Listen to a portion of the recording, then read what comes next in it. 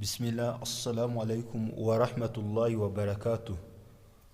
Umunsi tugiye kongera turebera hamwe inshallah mu isomo ryacu rya dua na ifkari, tugiye kureba hamwe imwe mu dua umuntu akoresha hari igihe ugera mu ngorane ukumva n'ibibazo ufite kubisobanura biragoye.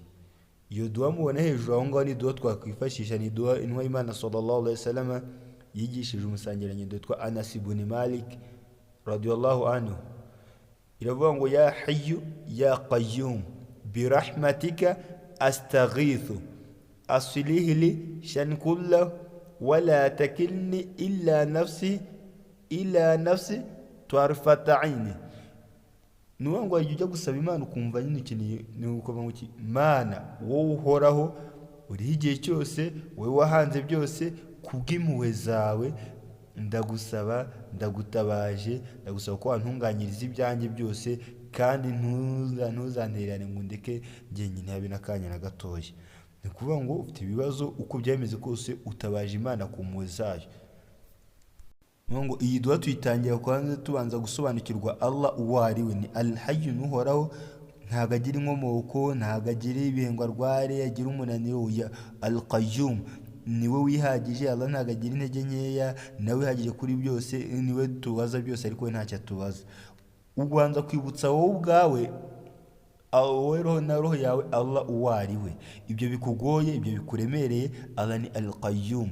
Ibyo wabonye mu gihe cyashize, ibyo wateganyaga n'ibyo utateganyaga, ni Allah wabiguhaye, ntacyo byamuhombeje. N'uyu munsi ni ugarukiye, ni uri gusaba muri ubwo bushobozi, uzirikana ibyo ashoboye n'ibyo yakoze ngo gutunganyirize n'ibi ngibi. Niyo Imana sallallahu alaihi wasallam iri kwibutsa abantu ko mu gusaba Allah ni ukubanza gusobanukirwa uwo bagiye gusaba. Al-hayyu al-qayyum, kuko ari namwe mu mazina ya Allah ahambaye, wenda inshallah tuzabyiga. Birahmatika, ku mpuhwe za Allah, kubera ko impuhwe za Allah ziruta ibindi byose. Niyo mpamvu mu mpuhwe Allah agaburira abeza n'ababi. Niyo mpamvu usabye Allah ushingikirije ibikorwa byawe, nta kindi kintu ushingikirije, kubw'impuhwe zawe ya Allah. Astaghith, ndagutabaje ngo ntunganyirize ibyanjye.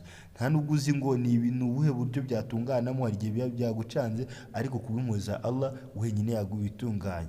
Aslih li shan kullahu, kandi ya Allah ntunyirengagize habe n'ubwo kwaba ari uguhumbya. Ndagira ngo Abayisilamu twibaze ngo ibaze Imana iri kugukurikirana, wowe ibyawe byose iri kubikurikirana, wibaze ngo waba unezerewe ku kihe kigero.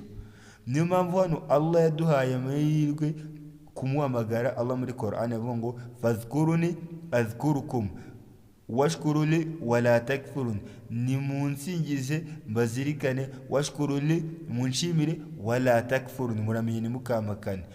Uyu ni isezerano rya Allah. Numusingiza Allah arakuzirikana. Ibaze Allah nakuzirikana ibyawe byose akabikurikiranya. Ntago wibaze ngo abana, si urubyaro, si business, byose ujyaniye hamwe Allah arabikurikirana. Na inshallah taala tugerageze iyi dua tuyifate, tunayisangiza abandi, kubera ko ubumenyi agaciro kabwo nuko tubusangira ndetse tukabwigisha n'abandi. Inshallah taala utatuzongeraho n'izindi. Niba hari nidushaka kutubaza, wajya hasi ukatuhandikira muri comment ukadusigira ikibazo. Inshallah taala Allah yazadushoboza nayo tukazatanga ubusobanuro, tukagerageza tukayisobanukirwa. Iyi ni dua yoroshye gufata, ni byiza kuyisoma byibuze rimwe mu gitondo na rimwe nimugoroba. Allah bishimire, abayimigisha mu byanyu no mu banyu. Barakallahu fikum wa jazakumullahu khairan. Wassalamu alaikum wa rahmatullahi wa barakatuh.